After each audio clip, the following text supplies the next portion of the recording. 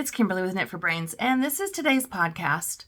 I'm actually doing a little bit of crochet. I am working on the sock that I started last week, and I know it's supposed to be sock week, but I didn't finish it.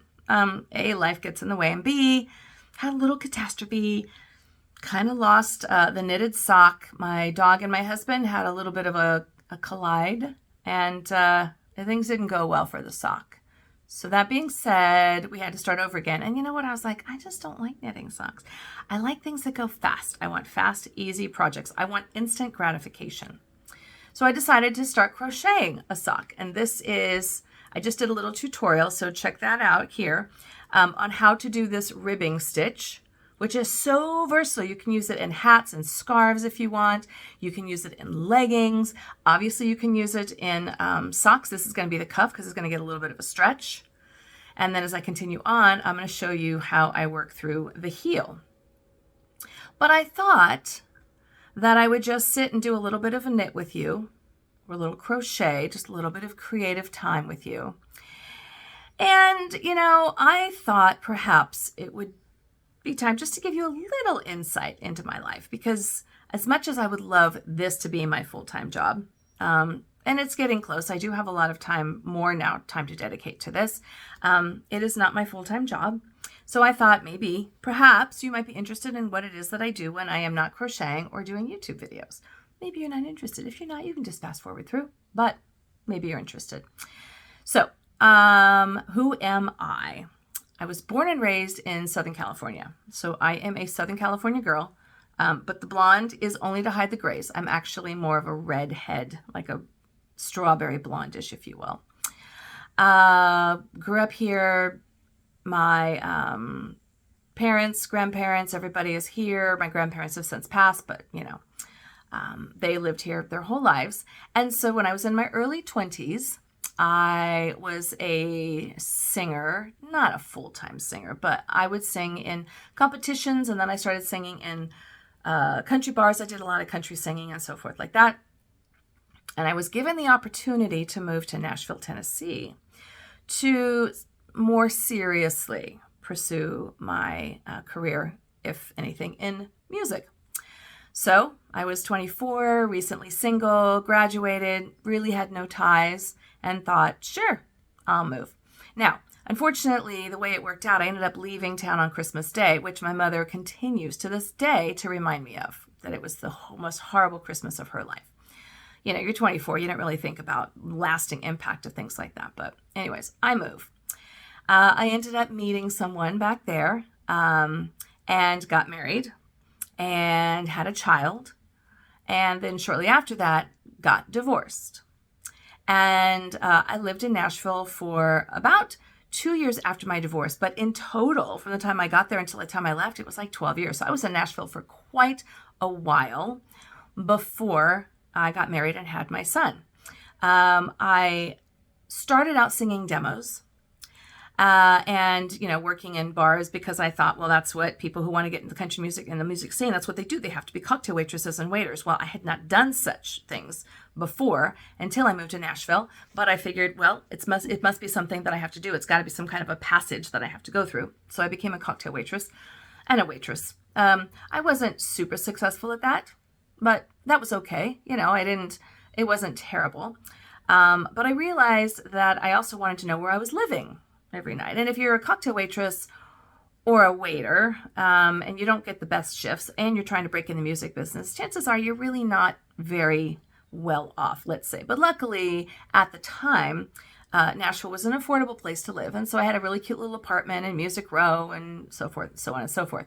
Through a strange set of events, if you will, I ended up getting a job as a personal assistant for a woman who I didn't know until after she hired me that she was terminally ill with cancer and had 6 months left to live. I had just gotten engaged. This was not something that I was really planning on. And my husband, my fiance at the time, was a little panicked because he's like, you know, we're planning a wedding. We just bought a house. Why are you taking this job? And she's dying in 6 months. And I was like, you know, I don't really know why I'm supposed to be here, but I do believe in messages that come to you and however you perceive those messages to come. whether it's through the universe or through prayer or whatever it is that is your channel. I felt led that I needed to be in this space, and I really wasn't sure why or what things were going to happen, but I realized that it was supposed to change my life in ways that I was not at that point aware of. And in fact, it did. So she was a very prominent figure in the music business. She worked for Woodstock, and I didn't know any of this at the time. And so as a result of working with her, and she had no family, no children, no spouse, no family that was alive. So it was really just her. And as a result of working for her, I ended up coming in contact with several very notable figures in the music business, not only in Nashville, but outside of Nashville. It was a very tough job because she was young. She was in her 50s, early 50s. She was angry that she was dying. She had cancer. And so I was simultaneously helping to plan her funeral, if you will, her celebration of life, we called it, and my wedding at the same time, which was a very, very strange place to be in life. But even so, I knew this was there was some lessons here that I was supposed to learn. She ended up passing away just about 6 months, which is how much time she was given. I had gotten married in November, and she passed away the very next month. And so that was a real turning point in my life. That lesson taught me, working with her and living with her actually at some point, taught me a lot. It basically taught me that life is too short. You must do what you love, and then your happiness and therefore money will also follow. I also learned that no is a complete sentence, that if you don't feel compelled to do something or you don't want to do something for whatever reason, you don't owe anyone an explanation. No is a complete sentence. But I also found that you really just need to listen to your inner voice, to the universe, to whatever your spiritual guidance is. And I'm not making any claims to anything. Some people have prayer. Some people believe in their inside voice and their compass. But I continued to listen. I ended up getting married, having a beautiful son. Shortly and after my son was born, and I mean, unfortunately, shortly, within 2 months, I was facing getting a divorce, which is not something you really want to do when you have a young child in your picture, but that's what happened to me.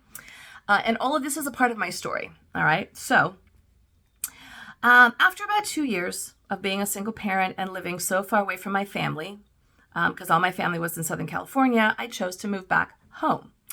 And I needed a second income because I was a single parent. And so I started teaching classes, childbirth classes for expectant parents, because it was basically the method that I took when I was pregnant. And my instructor said, you'd be a really good teacher. And I thought, well, sure. And I could bring my son with me. I didn't have to worry about paying for a sitter. So that's what I did. My son is now 26, so that means if you do the math that I have been doing, and I'm not telling you my age, but you'll figure it out here in a minute, that I have been doing that kind of work for about 24 years. And through that, I ended up becoming a birth doula. A lot of my parents were so comfortable with me in their classes that they would come to me and say, would you be basically like an attendant in our birth? We'll pay you to come to the birth. And I basically helped them through birth. With exercises and stretching exercises and kind of helping them to say, when it's time for the baby to come, when we should go to the hospital and things like that. That was a job that just sort of fell into my lap. But again, it was all about like listening to your inner voice, listening to your calling, and just sort of being open to wherever life leads you. So I ended up becoming a birth doula. I ended up doing that for 18 years. I was a part of 380 births as a doula. That was a lot, not including my son's birth. And about 18 years after that, I said, you know what? I'm done. I'm done getting up at 2 o'clock in the morning. I'm done being, at a birth for 24 to 48 hours, not really knowing. I was doing about 2 births a month, so I really wasn't able to go on vacation or take any time off because you have to give each parent a window of time that you're available in case they're going before their due date or after their due date. So as much as I loved it, and I did love it, I mean, what a gift to be at the birth of a human being into this world. It's incredible. It taught me a lot, so much. But I realized that I didn't want to do that for the rest of my life. I was getting old and I liked my sleep. And if I got up at 2 o'clock in the morning, it was really just because I had to go to the bathroom, not because I was getting up for birth. But through that, because I would be sitting sometimes for hours, I taught myself how to crochet. I started out with knitting. So that leads into how I got here. And so I started knitting and crocheting, and I would do little toys and gifts for my families while I was sitting, with a mom in labor or whatever was going on. And so that's how I started my yarn journey. It allowed me to do something with my time, my hands, to be creative, and not just be zoned in on TV or watching my phone and different things like that. And I would take it to my son's baseball games and football games and whatever else he had going on. It's just a very easy thing to take along with you and stay busy. But through that work, in addition to learning how to crochet and knit, self-taught, I also ended up getting offered a position working for a local hospital in their community health department. So I got to teach classes on a larger scale. Follow me here. The journey keeps going. So through all of that, I taught classes in getting ready for baby and newborn care and the childbirth classes and comfort measures in labor and so forth. And my son went through high school and then he went into college. Well, I never actually got to finish my college degree. Just some things happened in my past, which isn't really important in the whole scheme of things. But suffice it to say, I wasn't able to finish it, but I always wanted to. And at the time I was divorced, but I had met my current husband through when my son was about 5 years old. He was one of the scout leaders in my son's Boy Scout troop. And I thought, well, that makes him a pretty cool guy. And in fact, he is. So we've known each other about 20 years. We've been dating, we still count our dating anniversary for about 15 years. And we've been married for 4 years, which is why I still count my dating anniversary, because that's the one that, has the longevity to it. But we've been married about 4 years. He's amazing. He's also known as the Brit. He's from England, and he recently retired from work. So our schedules have changed a little bit, but it's allowed me to have a little bit more time to concentrate to my YouTube channel and cut back on work, which has been amazing. What a gift. He's an amazing, wonderful person who has allowed me just to realize all of my dreams. As a result of my son going off to college and me realizing that I hadn't finished school, but I really wanted to, I decided to go back to school at the ripe old age of 50. And I got my degree in public health. And I was possibly I wasn't one of the oldest people that graduated, but I was possibly one of the oldest. The graduation was in Orlando, Florida. So I actually got to say the phrase, what are you going to do when you graduate? I'm going to Disneyland, except it was Disney World. And we had an amazing time. I had also, in trying to continue my journey as a healthcare worker, as a birth care worker, as, working with these families, decided to pursue a career as a lactation consultant. And so I became a internationally board certified lactation consultant. And so when I'm not here doing this, I actually work in an outpatient clinic at a local hospital, and I teach, I do a support group, but I'm also a lactation consultant. So I still get to help new families bond and different things like that. If you don't know what a lactation consultant is, look it up. And quite possibly, maybe one or two of you out there have actually used a lactation consultant. So when I'm not here, I'm doing that. Let me tell you a little bit about what happened to me during COVID. So I worked in a hospital on the floor during COVID. We all have our COVID stories. And I was on the happy floor, and it was one of the hardest times in my life. To be totally transparent, working on the floor, seeing these parents who oftentimes were separated because of the COVID, because of the sickness, that sometimes the dads couldn't even come in the hospital with the moms while they were having their babies, whether it's their first or second or their third baby. That to me was one of the saddest times. And there was times when I have to hold up a baby to a window so the family outside, the grandparents, or sometimes even the husband, could see the baby for the first time. That coupled with just all of the sadness and the sickness in the hospital just really, really took a toll on my mental health. And I can't even speak to my brothers and sisters in healthcare who were in the trenches, who were in the ER. They were working in the ICU. They were losing patients. They weren't able to go home to their own families. They were bruised in the face because of the masks, that what we call the PPE, personal protective equipment, that they had to wear. And they didn't have a choice as to whether or not they got to be around or expose themselves and or their family to COVID. I had somewhat of a choice in the beginning, but I still had to see my patients, some of which had COVID. And so then there sometimes was a separation between the mom and the baby. It was just a very big time of sadness and working so hard and being so frustrated and trying to protect my own family.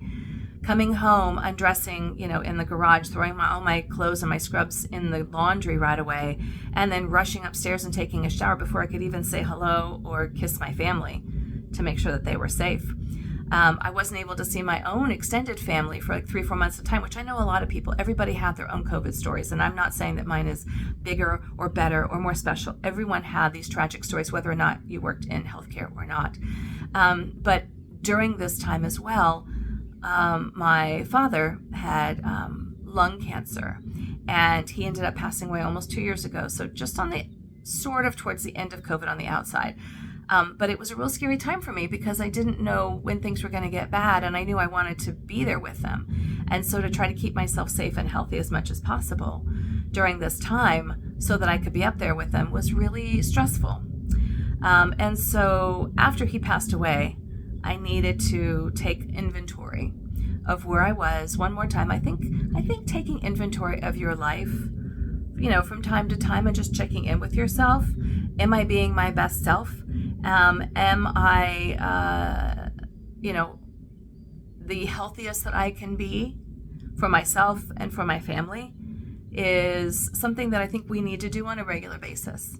And I knew that I wasn't as healthy as I could be for my family. And then with my father's passing, it made, and my husband said, maybe we need to look at you making a change. So I ended up coming off of the floor, but at the same time, I was really excited because things were starting to open up a little bit, and we were able to open up a clinic, an outpatient clinic. So our patients who had gone home with their babies but still needed breastfeeding support and help, they were able to come back in the hospital, and I could help them there. And that's what I do, which is amazing. During COVID, everyone has their during COVID stories. I needed to do something. I felt I needed to give in a different way. And through a random set of circumstances, I don't actually remember how it happened, but I was perusing the internet one day, and this ad or something popped up about learning how to become a yoga instructor. And I thought, I could do that. The Brit at the time said, don't you have to be like young and limber to be a yoga instructor? After he nursed the wallop on his head that I inflicted on him, because I said anybody can do yoga at any age, he then understood. And I decided I wanted to teach yoga to my population and older, so seniors. And so that is what I started doing. I've been doing yoga, teaching yoga to seniors for the last 2.5, almost 3 years.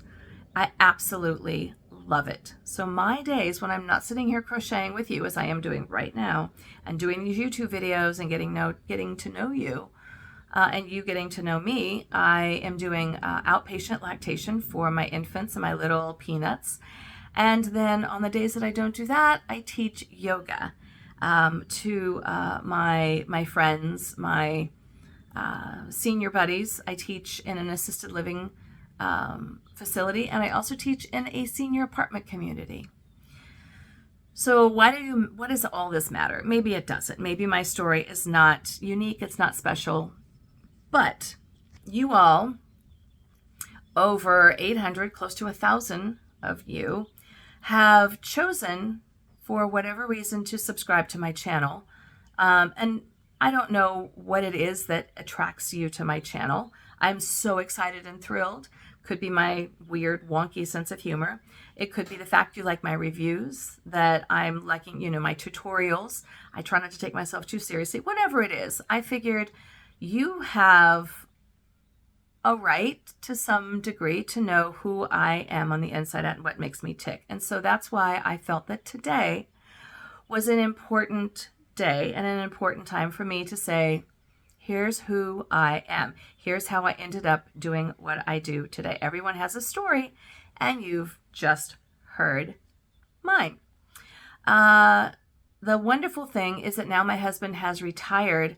One of our dreams to do together is to do a lot of travel. And so I am able to travel, and we're seeing the world. We've already done some amazing travels that I've mentioned. And we are going to be doing some more travel coming up, and I'm going to be telling you about that soon.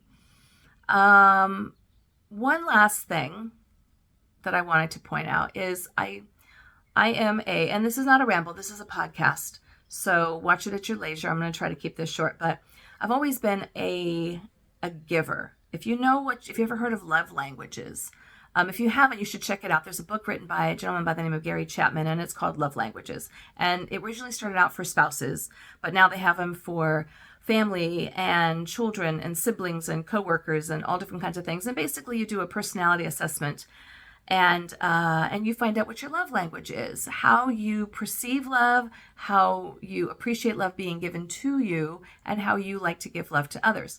My love language is what I call giving, or what they call gift giving. So whether it is a gift of my time, or a gift that I have made something for someone, or something that I have purchased, but my gift is to give to other people. And so I think that's why being a lactation consultant or being a yoga instructor specifically for seniors really spoke to me, because it allows me to give of my time and my knowledge to others. And if I can enhance someone else's life by just one little thing that I can do, or one little thing that I can say, then that makes me so happy. It's not about things that I can give. It's about things that I get that make me happy. It's about things that I can give to make me happy. And through all of this, I became what I call, I'm a racktivist. And if you haven't heard of what a racktivist is, it stands for Random Active Kindness Tivist. And I decided that, with COVID, things kind of got brushed under the carpet, but I'm going to revisit this. And so what a racktivist does is we just do random acts of kindness. And it could be something like, sitting in line at Starbucks and paying for the person behind you, or leaving a large tip. I mean, there's all different ways that you can do it. What I used to do, and I'm going to get back into this, and you'll see more videos on this, is I would crochet or knit little hearts or little trinkets things. And I would attach a little note to it that said, like, you're loved, you're special, this was made for you, or something like that. And I would randomly hang them in trees or on fences in public areas, so people were coming by and they could see it and they could pick it up, and it was meant for them. And whether they decided to pass it forward and hang it on another tree or take it back and keep it with them, well, that was up to them. But if, I gave them a smile or a little piece of happiness in their life anonymously, then that made me really happy. I actually ended up creating a Facebook post or a Facebook page for this. So people would actually find my little trinkets, and they would post a picture of themselves with it, and then they would post it on my Facebook page. So I'm revisiting that, because the idea is that I want this page to grow. I want us as a population, as a world, to understand the importance of giving back, of giving to others, of giving of yourself anonymously, or even if it is, intentionally, and just, making other people's days. I think as a living person on this planet, it is our responsibility, because we share this planet with so many other people, to make other people's lives as beautiful as we can possibly make it, including our own. But if we can just share a little bit of ourselves, or even if it's just a smile with a stranger, you just don't, you've seen the quotes and the gifts about, like, you don't know what someone else's struggle is, right, on the inside. Sometimes just a smile, giving somebody a smile, allowing them, making them smile, making them be noticed, is sometimes really all it's going to take. But it can just really turn someone's day around. So we're going to start imparting this racktivist movement.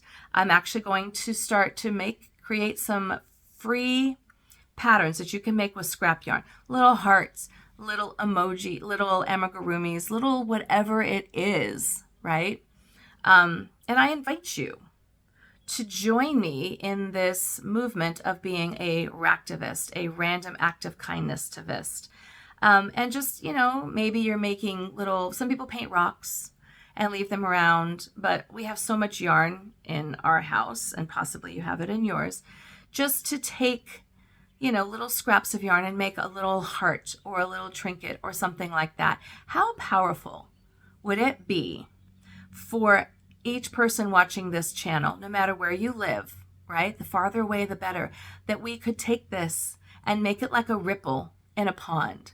Like when you cast a stone in a pond and the ripples grow and they spread and they spread and they spread. This random act of kindness, if we all just did one nice thing, and maybe I was able to spur this thought on in your mind. And think about the huge ripples that would spread. It doesn't take much for us to be able to do something nice for other people. But imagine the impact that we could have on somebody else just by doing something like that. And maybe you know that person, maybe you know the impact that you make, but maybe you don't.